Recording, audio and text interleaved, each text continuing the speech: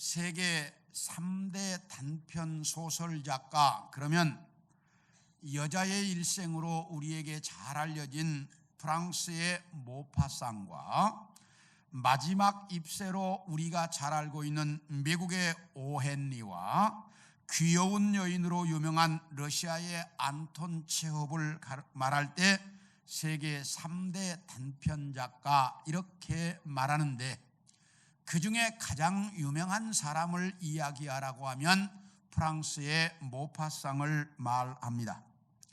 그런데 이 모파상은 신학교를 다니다가 퇴학을 당했습니다.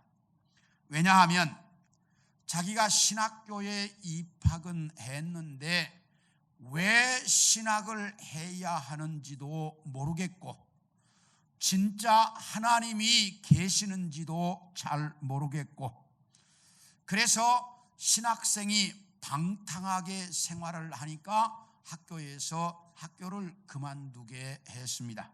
그래서 신학교에서 쫓겨난 모파상은 그 후로 법학을 공부하다가 전쟁이 일어나서 전쟁터에 나가면서부터 신앙을 떠나서 하나님과 관계없이 살기 시작했습니다. 온전히 자기 중심으로 자기 생각대로 자기 마음대로 자기 인생을 살겠다고 나서서 문학의 뜻을 두고 열심히 배우고 노력을 해서 10년 만에 세계적으로 가장 유명한 작가가 되었습니다. 이 모파상이 작품 활동을 한 것이 길게 잡아서 10년 조금 넘는데 그야말로 그 사이에 세계 최고의 작가가 되었습니다. 세상 모든 사람들이 다 성공했다고 인정하고 자기 자신도 그 길을 잘 들어왔다고 생각했습니다. 그래서 어마어마한 돈을 벌어서 지중해에다가 요트를 사놓고 노르망디에 대저택을 구입해놓고 파리에는 호화 아파트를 구입해놓고 쉴 새 없이 애인을 바꿔가면서 그야말로 방탕한 삶을 살고 있었습니다. 비평가들은 그에게 천재적 작가라고 찬사를 보냈고 군중들을 그를 흠모하며 좋아했습니다. 어디를 가나 엄청난 인파가 따라다녔고 그가 강의를 할 때면 언제나 자리가 차고 넘쳐서 사람을 받을 수 없을 만큼 대단한 인기를 누리는 그 당시 최고의 작가요 가장 유명한 인물이었습니다. 그래서 은행 통장에는 언제나 이제 잔고가 넘치는 그야말로 최고의 갑부로 살고 있었습니다. 그런데 어느 날부터인가 안질로 눈이 안 좋고 불면증에 시달리기 시작하면서 잠을 잘 수가 없었습니다.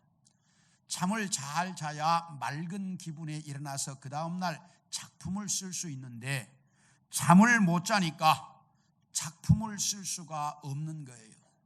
글을 못 쓰니까 자기가 살아가야 할 이유가 무엇인지를 모르는.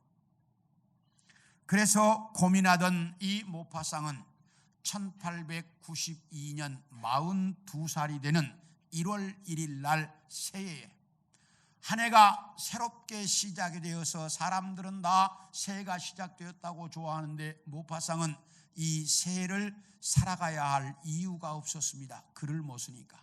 그래서 자기가 지니고 있던 칼로 목을 찔러서 자살을 시도합니다. 다행히 목숨은 구했는데 정신이 이상해진 모파상은 그 이후로 정신과 병동에서 입원해서 몇 달을 지내는 동안 이상한 말만 계속하고 그리고 공중을 바라보면서 자주 헛웃음을 치고 그리고 절규하더니 1893년 43살의 그 젊은 나이에 이 세상을 떠나고 말았습니다. 그가 죽은 이후에 그의 묘비에는 이런 글을 새겨놓았습니다. 그가 말년에 늘 하던 말인데, 나는 모든 것을 다 소유하고자 노력했지만 결국에는 아무것도 얻지 못했다. 저는 참 그 말이 우리 인생인 것 같아요. 모든 걸 다 얻고 싶어서 했는데 아무것도 얻지 못했다. 그렇게 말을 남기고 이 모파상은 갔는데, 그 당시 세상 사람들이 다 이야기할 때 세상 최고의 작가요, 최고의 인기를 누리고 최고의 부를 누리고 살았는데, 그런데 그의 인생은 가장 처절하게 비참하고 그리고 정말 고독하고 고통스러운 인생을 살다가 끝냈습니다.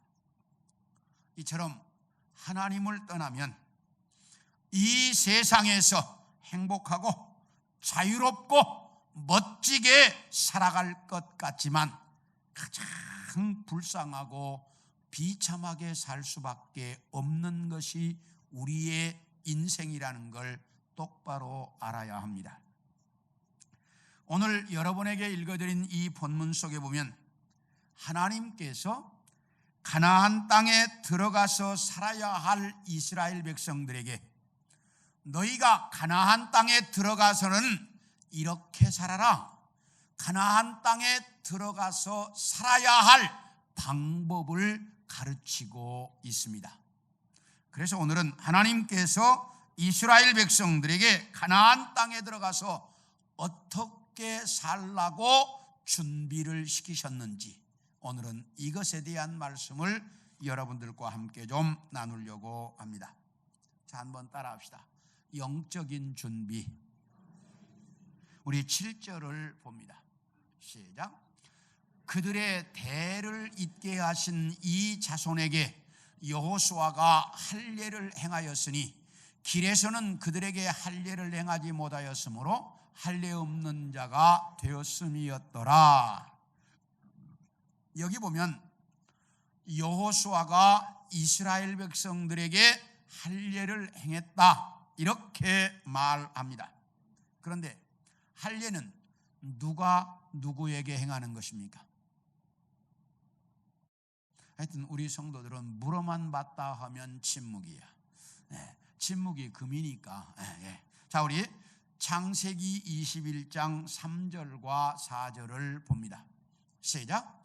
아브라함이 그에게 태어난 아들 곧 사라가 자기에게 낳은 아들을 이름하여 이삭이라 하였고, 그 아들 이삭이 난 지 8일 만에 그가 하나님의 명령하신 대로 할례를 행했다. 여기 보면 아브라함이 100세에 얻은 아들을 태어난 지 8일 만에 할례를 행했다라고 말씀합니다.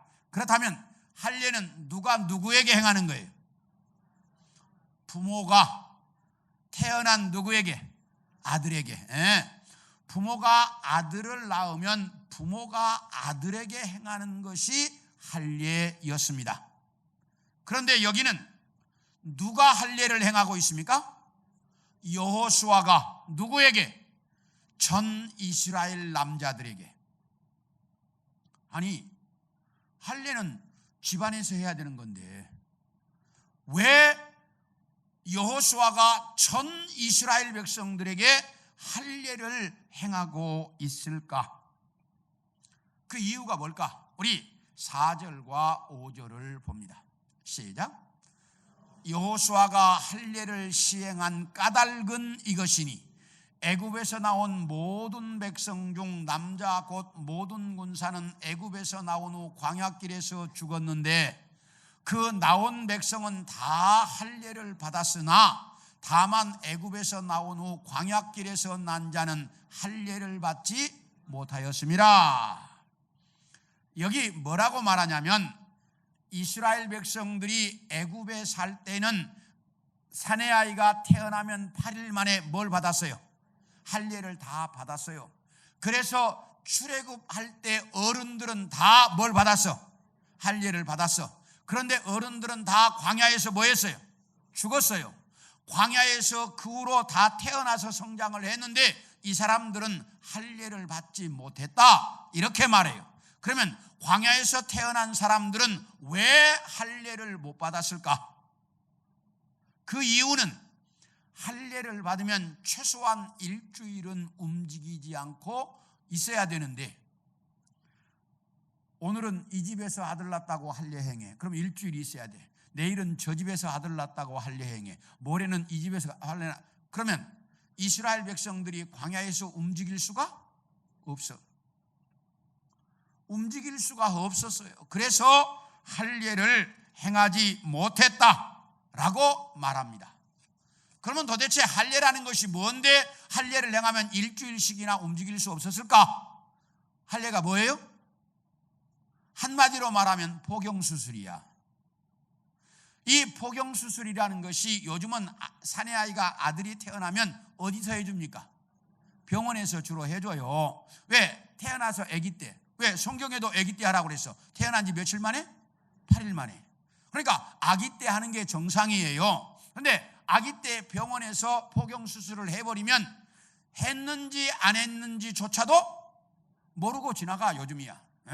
이제 아이들이 태어나면 그냥 병원에서 해버리면 했는지 안 했는지 자체도 잘 몰라. 왜? 그리고 지나가.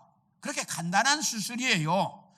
그런데 이 당시에는 그렇게 간단하지 못했어요. 왜? 첫째, 그 표피를 잘라내야 할 칼이 발달되지 못했어요. 두 번째, 이 표피를 잘라냈으면 그것이 낫도록 뭘 곪지 않도록 뭘 발라야 돼? 약을 발라야 되는데 그 당시에는 약이 발달되지 못했어요. 그래서 이 할례를 행하면 그 자리가 덧나지 않도록 최소한 일주일은 움직이지 않아야 돼. 그래야 덧나지 않고 나았다 이 말이에요. 그래서 이 할례를 광야길에서는 행할 수가 없었습니다. 그러다가 보니까 이제 가나안 땅에 들어가려고 하는데 이스라엘 남자들이 뭘 안 했어? 할례를 안 받은 거야. 그래서 여기 뭐라고 말하냐? 할례 없는 백성이 되었다 이렇게 말해요. 그러면 할례 없는 백성이라는 말이 이게 중요한 말인데, 우리 창세기 17장 10절과 11절 봅니다. 시작. 너희 중 남자는 다 할례를 받으라. 이것이 나와 너희와 너희 후손 사이에 지킬 대 언약이니라. 너희는 표피를 베어라. 이것이 나와 너희 사이의 언약의 표시다. 하나님이 뭐라고 말하냐면, 아브라함아, 앞으로 네 후손 중에 사내아이가 태어나면 다 할례를 행해라. 이것이 너와 나 사이에 언약을 맺었다는 표시다. 뭐라고요? 언약의 표시야. 너와 나와 약속했다는, 나는 네 하나님이 되고 너는 내 백성이 된다는 이 표시다. 그러니 이 할례를 행해라 이렇게 말씀하셨습니다. 그래서 하나님은 그 약속대로 이스라엘 백성들 아브라함의 후손이 번창하게 만들었고, 그리고 그 아브라함의 후손을 가나안 땅에 들여보내려고 가나안 땅 입구까지 데리고 왔습니다. 그래서 가나안 땅 입구에서 가나안 땅에 들여보내려고 보니까 뭐가 없어요? 약속의 표시가 없어. 뭐가 없어요? 이게 중요해요. 이 말, 이게 정확히 뭐가 없어요? 약속의 표시. 다시 말하면 출입증이 없었다 그 말이야. 여러분들 오늘날 공무원들 들어가려면 다 뭐가 있어야 돼? 출입증이 있어야 되잖아. 가나안 땅에 들어가려고 하는데 입구에 딱 왔는데 뭐가 없어? 출입증이 없어. 할례를 받아서 표시가 없다 이 말이에요. 그래서 하나님께서 너 여호수아야, 이 백성에게 할례를 행해서 출입증을 만들어라 이렇게 하나님께서 말씀하셨어요. 이렇게 할례라고 하는 것은 대단히 중요한 것입니다. 그러다가 보니까 이스라엘 백성들이 나중에는 우리는 할례 받은 백성이다, 우리는 하나님의 백성이다 이렇게 떠드는 건 좋았는데 사는 건 지 맘대로 살면서 우리는 할례 받았으니까 아무런 염려 없다고 떠드니까 하나님이 할례가 무슨 표시냐? 네가 똑바로 살아야지. 그리고 할례 받은 백성도 다 징계해 버리신 거예요. 그래서 신약 성경에 와서 뭐라고 말하냐? 할례를 몸에 받지 말고 따라합시다. 마음에 받아라. 마음에 할례를 받아야 한다. 이렇게 신약 성경은 가르치고 있는데, 이 할례가 신약 성경에 와서 뭐가 되었느냐? 세례가 되었습니다. 이 할례가 신약 시대에는 세례가 되었습니다. 그러므로 우리가 세례를 받았다고 하는 것은 영원한 가나안 땅, 하나님의 나라에 들어갈 뭐가 있는 거예요? 표시가 있는 거예요. 표시가. 그래서 세례가 중요한 것입니다. 그러므로 여러분들 중에 세례를 안 받으신 분들은 꼭 세례를 받으셔야 돼요. 이게 이제 표시야. 나는 네 하나님, 너는 내 백성이라고 하는 표시예요. 이해가 되셨습니까? 네.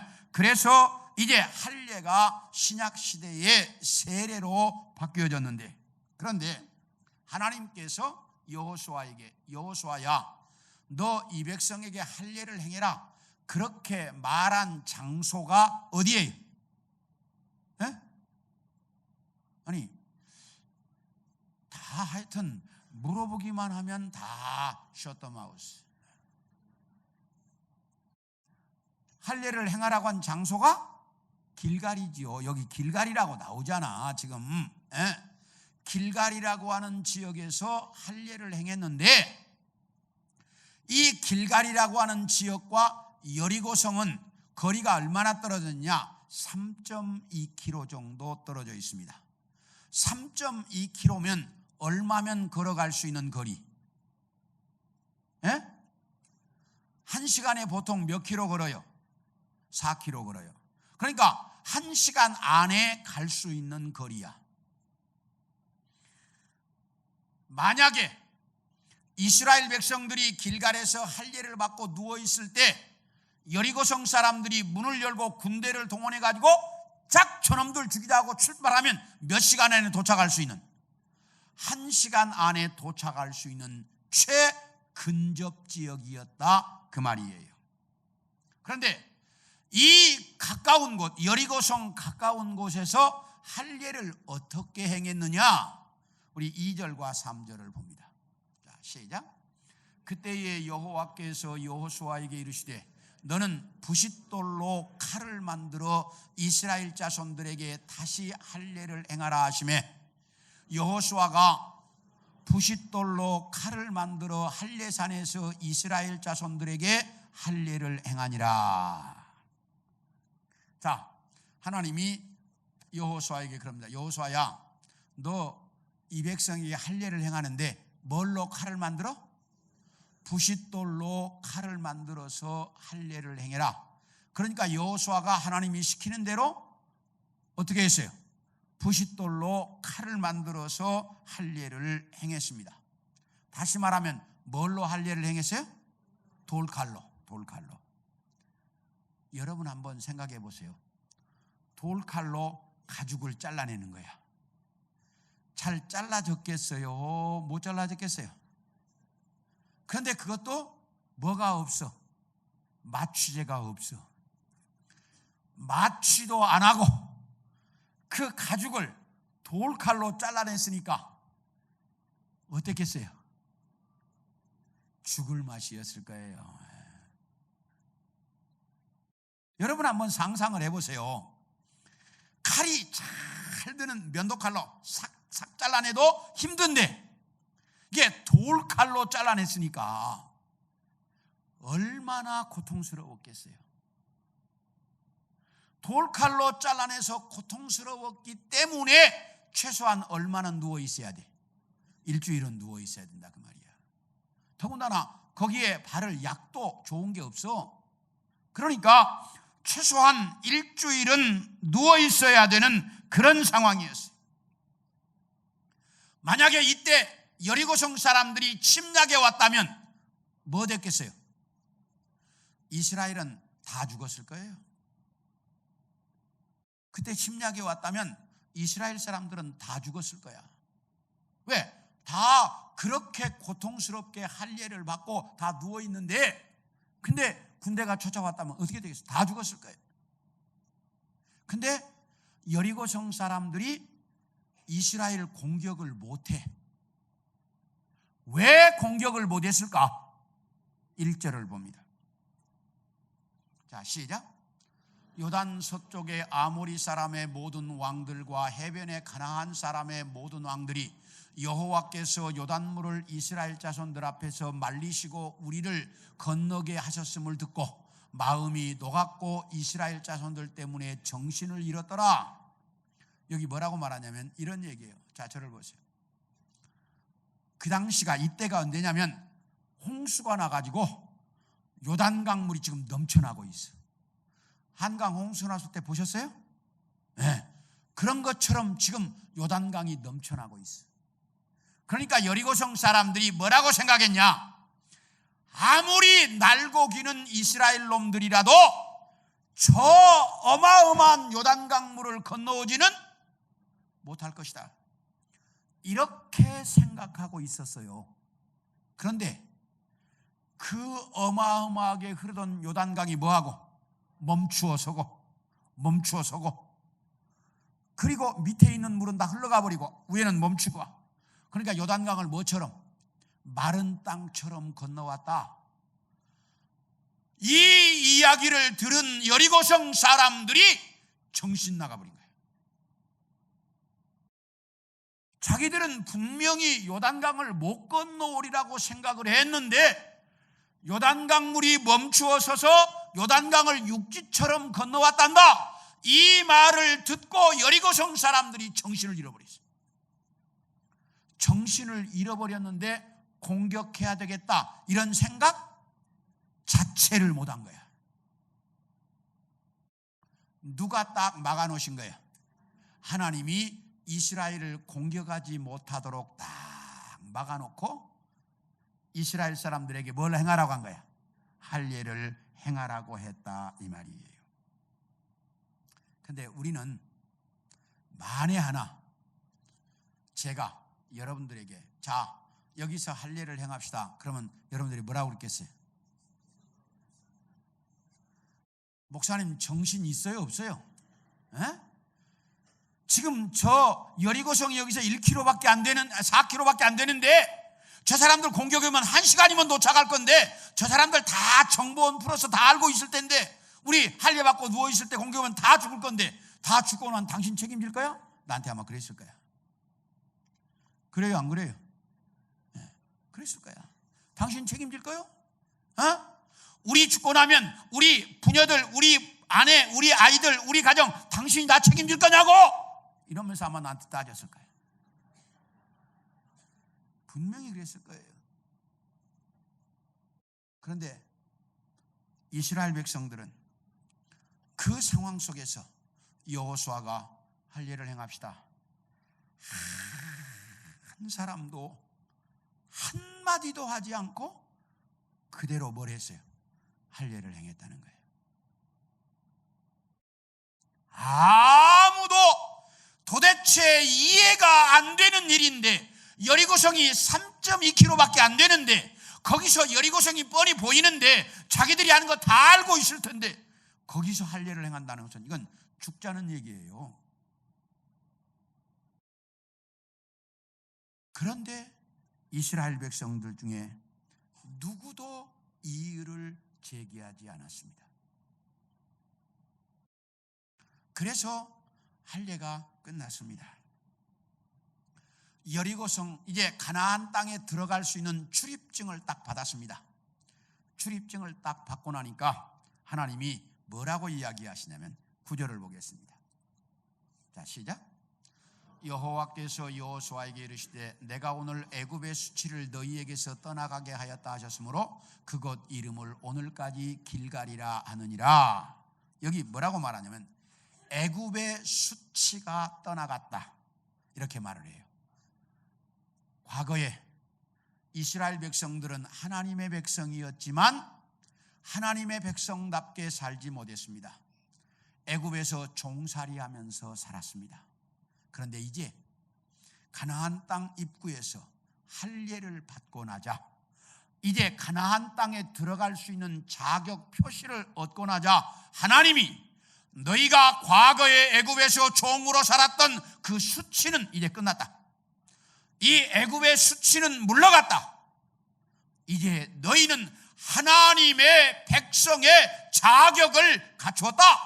이렇게 딱 말씀하고 있다가 말이에요. 그래서 이스라엘 백성들이 이렇게 할례를 받아서 이제 하나님의 백성의 자격을 갖추도록 하나님은 명령하셨어요. 이게 뭐냐? 영적인 것을 먼저 준비시키셨다는 거예요. 우리 인생에서 많은 것이 중요합니다. 돈도 중요하고 공부도 중요하고 내가 인간관계도 중요하고 다 중요한데 가장 중요한 게 영적인 문제라 이 말이에요. 세상 모든 것이 다 잘 돼 있어도 영적인 문제가 잘못되면 우리 인생은 절대로 행복할 수 없고 우리는 비참하고 그야말로 처절하게 살 수밖에 없어요. 모파상이 그랬다니까. 세상의 최고의 인기를 누렸지만 그의 영혼은 언제나 공허하고 그의 영혼은 언제나 불안하고 언제나 초조하고 그래서 결국은 자살하고 정신병자가 돼서 죽고 말았어요. 43살의 꽃다운 나이. 영적인 문제가 잘못되면 그렇게 되는 거예요. 그래서 이스라엘 백성들에게 가나안 땅에 들어가기 전에 영적인 문제부터 하나님은 준비를 시키셨다. 할례를 통해서. 둘째, 자 이제 가나안 땅에 들어가서 살아갈 방법을 가르치셨어요. 뭘 가르치셨어요? 가나안 땅에 들어가서 살아갈 방법. 자 10절부터 12절을 봅니다. 시작.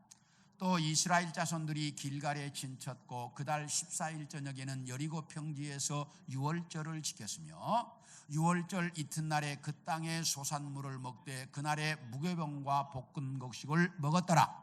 또 그 땅의 소산물을 먹은 그 다음 날에 만나가 그쳤으니 이스라엘 사람들이 다시는 만나를 얻지 못하였고 그 해에 가나안 땅의 소출을 먹었다.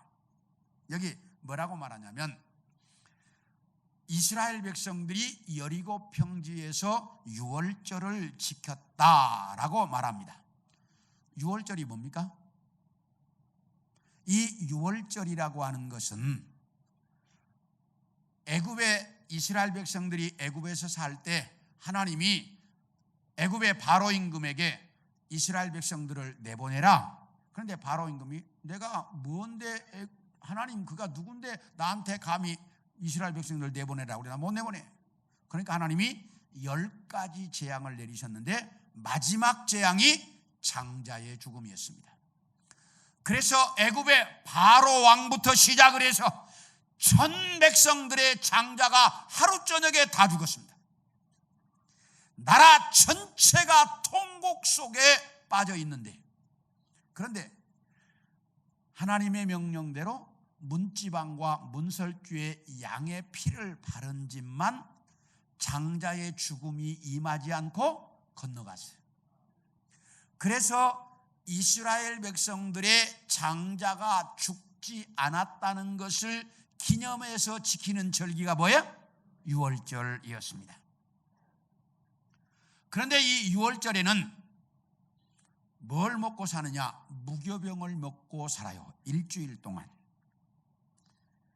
무교병이 뭐냐면 누룩을 넣지 않고 밀가루로 만든 빵이에요. 여러분 누룩을 넣지 않고 밀가루로 만든 빵을 먹어보신 분만 손 들어봐봐요. 있네요 몇 분에. 제가 이게 미국에 살면서 유대인 친구들에게 주는 거 하나 먹어봤거든요. 세상에 네 맛도 내 맛도 아니에요.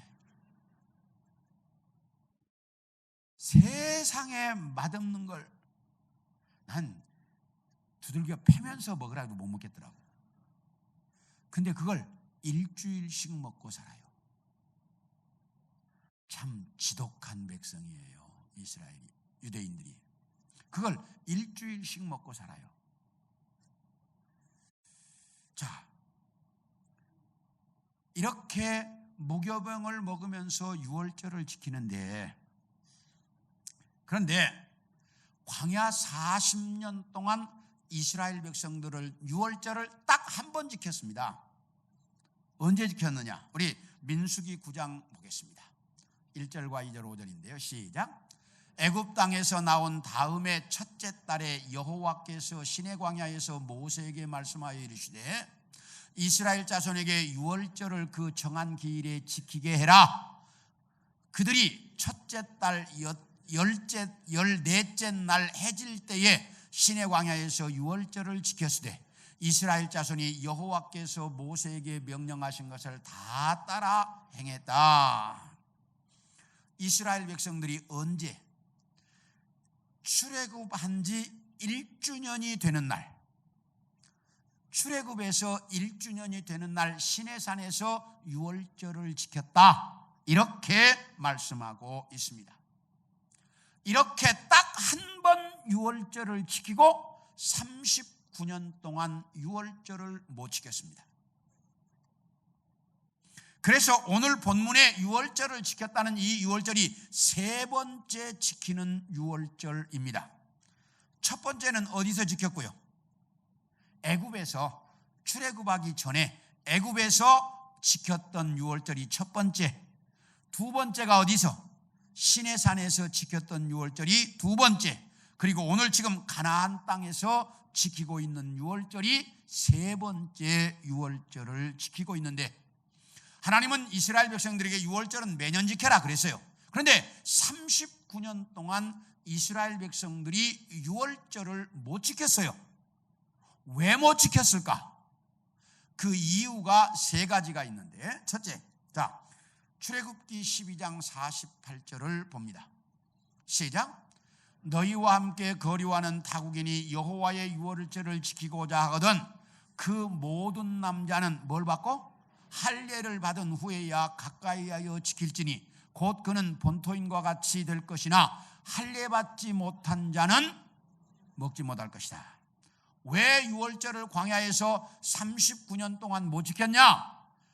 그 이스라엘 백성들 중에 할례 못 받은 사람이 많아가지고, 할례 받지 못한 사람들이 많아서 이 유월절을 못 지켰다. 그런데 오늘 본문은 할례를 받고 나서, 그래서 할례가 끝난 다음에 유월절을 지킨 거예요. 이해가 되셨습니까? 네. 두 번째, 출애굽기 12장 25절입니다. 시작. 너희는 여호와께서 허락하신 대로 너희에게 주시는 땅에 이를 때에 이 예식을 지킬 것이라. 여기 뭐라고 말하냐면, 하나님께서 이스라엘 백성들에게 너희가 가나안 땅에 들어가서 이 유월절을 지켜라 그랬거든요.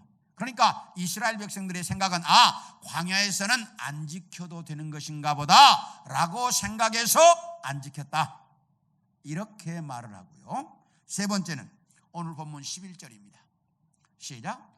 유월절 이튿날에 그 땅의 소산물을 먹되 그날에 무교병과 볶은 곡식을 먹었다. 여기 유월절을 지키면서 무교병을 먹었다라고 말합니다. 그런데 광야에서는 무교병을 먹을 수가 있었다 없었다? 왜? 만나밖에 없고 뭐가 없어? 밀가루가 없었어, 광야에서는. 그래서 무교병을 만들 밀가루가 없었기 때문에 유월절을 지킬 수가 없었다라고 말합니다. 이렇게 세 가지 이유 때문에 광야에서는 유월절을 지키지 못했습니다. 그런데 이제 가나안 땅에 들어왔습니다. 이제 유월절을 지킬 모든 준비가 딱 갖춰집니다. 그러니까 하나님이 유월절을 지켜라, 딱 이렇게 말하는 거예요, 하나님께서. 그리고 가나안 땅에 곡식을 먹자 뭐가 그쳤다? 만나가 그쳤다라고 말합니다. 그렇다면 만나는 어떤 음식입니까? 이 세상에서 인간의 노력으로 만들 수 있거나 얻을 수 있는 음식이 아닙니다. 이스라엘 백성들이 광야에서 인간의 그 어떤 노력으로도 음식을 구할 수가 없으니까 하나님이 그 음식을 구할 수 없는 상황 속에서 주셨던 특별한 음식이 만나였습니다. 그러므로 이 만나라고 하는 것은 어떤 상황 속에? 특별한 상황 속에 주어졌던 음식인데, 그런데 이제 이스라엘 백성들이 어디 와가지고 가나안 땅에 들어와서 이제 가나안 땅에서 뭘 음식물을 구해서 뭐 할 수가 있어? 먹을 수가 있게 되자 하나님은 만나를 내리시지 않았습니다. 이 말이 무슨 말이냐? 이스라엘 백성들아, 너희가 광야에 살 때는 음식물을 구할 수 없었기 때문에 내가 만나로 특별 음식을 주어서 살게 했지만 이제 너희도 이 가나안 땅에 들어왔으니 저 사람들과 똑같이 농사도 짓고 저 사람들과 똑같이 열심히 땀을 흘리고 일해서 벌어서 뭐해라? 먹고 살 수 있다. 그러니 그렇게 살아라. 그러면서 딱 만나를 그치게 하셨다는 거예요. 이해가 되셨습니까? 네. 이제 이렇게 이스라엘 백성들에게 너희가 이제 가나안 땅에 들어왔으니 너희도 이제 그들과 똑같이 농사짓고 열심히 일해서 벌어서 먹고 살아라. 그런데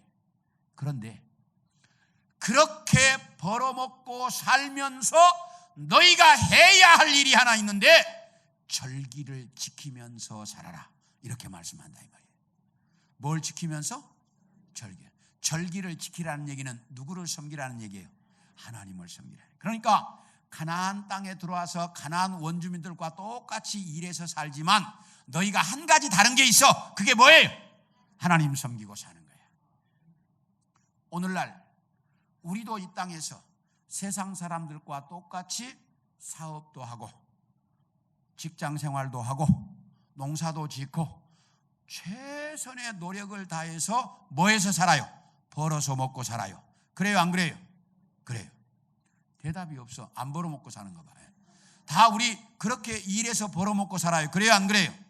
그래요. 그런데 세상 사람들과 다른 게 하나 있어. 그렇게 벌어먹고 살면서도 뭘 해야 돼? 그게요, 뭐 해야 돼? 하나님 섬기면서 사는 거예요. 이해가 되셨습니까? 이게 세상 사람들과 다른 거야. 지금 하나님이 이스라엘 백성들에게 가르치는 게 그거예요. 너희가 가나안 땅에 들어가서 가나안 원주민들과 똑같이 농사짓고 일해서 사는데 농사짓고 일하고 살면서도 너희는 하나님을 섬기고 절기를 지키면서 살아라. 오늘날 우리에게도 이 세상에서 똑같이 살되 너희가 하나 다른 게 있다면 세상에 살아가면서 누구를 섬기고? 하나님을 섬기고 살아야 된다. 이 사실을 정확하게 알고 이 세상에 살아가면서 하나님을 섬기고 사는 우리 성도들이 되기를 축원합니다. 마지막으로 따라합시다. 가나안 정복 전쟁의 준비. 14절을 봅니다. 시작. 그가 이르되 아니라 나는 여호와의 군대 대장으로 지금 왔느니라 하는지라 여호수아가 얼굴을 땅에 대고 엎드려 절하고 그에게 이르되 내 주여 종에게 무슨 말씀을 하려 하시나이까. 이게 무슨 말이냐면 여호수아가 이제 할례식이 끝나고 유월절을 지키고 여리고성을 한번 이제 관찰하려고 나왔던 것 같아요. 여리고성 가까이 와가지고 쭉 이렇게 가까이 가는데 어떤 사람이 칼을 쫙 손에 들고 앞에 딱 버티고 섰는 거야. 그러니까 깜짝 놀란 여호수아가 너는 적군이냐 아군이냐 딱 이랬어요. 그러니까 군대에 있을 때 우리 남자들은 다 알아요. 딱 저녁이나 길거리에서 모르는 사람 딱 만나면 뭘부터 물어요? 딱 총 대놓고 뭐 물어요? 그렇지, 암호. 암호 되면 누구고? 아군이고, 암호 못 되면 적군이잖아. 그러니까 항상 묻는 게 그거. 그러니까 여호수아도 딱 그랬어. 군인으로서 딱 만나다 너는 아군이냐 적군이냐 딱 이렇게 물었어요. 여호수아가. 그러니까 그 사람이 나는 여호와의 군대 대장으로 지금 왔느니라 딱 이렇게 말씀하시는 거예요. 그러니까 여호수아가 그 자리에 덥적 엎드렸어요. 저에게 무슨 말씀을 하십니까? 딱 엎드렸어요. 누가 왔다? 아이 참 내가 지금 설교를 잘 못하고 있는 건지 누가 왔다? 여호와의 군대 대장이 왔다. 뭘 빼들고? 칼을 빼들고. 칼을 빼들고 있다는 말은 무슨 뜻이에요? 싸우려고 왔다는 말이지. 예. 칼을 들고 있다는 얘기는 뭐 하러 왔어요? 싸우려고 왔다는 거죠. 근데 누가 왔어요? 군대 대장이 왔어. 성경에 이런 표현이 없어요. 군대 대장 이런 말이 없어. 다 천사가 왔다, 사자가 왔다 이런 말이지, 군대 대장이 왔다? 이런 표현이 없어요. 근데 여기 군대 대장이 왔어. 대장이 왜 왔어요? 싸우러 왔는데, 왜 싸우러 오면 그냥 쫄병이 와도 싸우러 하면 싸우잖아. 근데 왜 대장이 왔어? 이 전쟁을 지휘하려고 왔다 그 말이에요. 그러니까 여호수아야, 네가 이제 가나안 정복 전쟁을 치러야 되는데, 이 정복 전쟁을 누가 지휘하겠다? 하나님께서 내가 내 대장을 시켜 지휘하겠다 그 말이야. 누가 지휘하겠다? 하나님께서 내가 지휘하겠다는 거예요. 그래서 대장을 보내신 거예요. 근데 제가 성경을 보면서 참 재미있는 게, 여호수아를 1장부터 마지막까지 쫙 아주 눈에 불을 켜고 읽어봐도 여호와의 군대 대장이 전쟁을 지휘했다는 말이 있다 없다?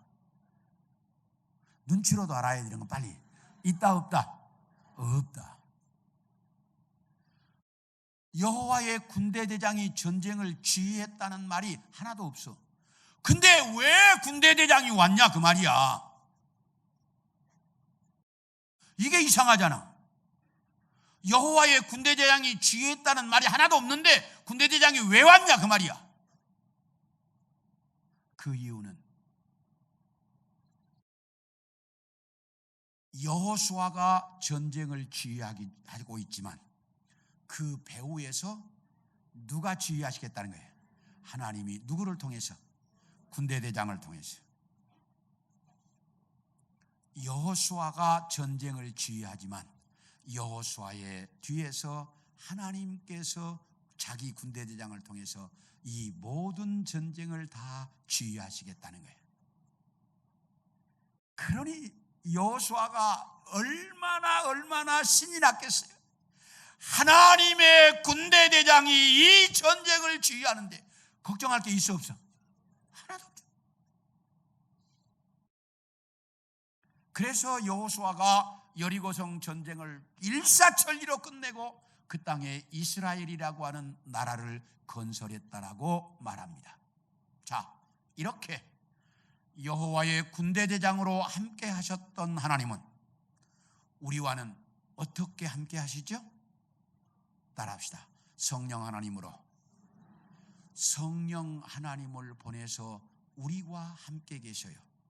자, 그런데 하나님이 여호수아에게는 실제로 칼을 들고 군대 대장이 나타나서 여호수아가 뭘로 보도록 만들었어? 눈으로 보게 만들었어. 우리는 성령 하나님이 나와 함께 계신다는 것을 눈으로 보여주셨어요? 안 보여주셨어요? 자, 이러니까 내가 참 고민이에요. 잘못 가르친 거거든. 하나님이 보여주셨어. 뭘로? 성경에.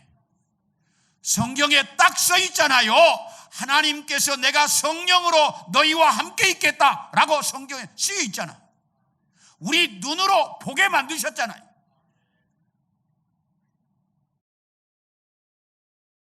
하나님께서 이렇게 눈으로 보여주셨어요.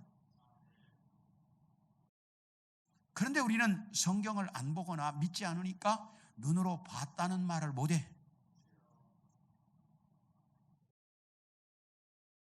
성경을 눈으로 보고 하나님이 성령 하나님으로 나와 함께 계신다는 것을 확신하고 살아가는 우리 성도들이 되기를 축원합니다. 이 확신이 있을 때 여호수아처럼 우리의 인생을 승리할 수 있다 그 말이야. 이런 분명한 확신, 하나님이 성령으로 나와 함께 계신다, 내가 눈으로 보고 확신한 것처럼 이 여호수아처럼 확신하고 살아가는 우리 성도들 모두가 되기를 축원합니다.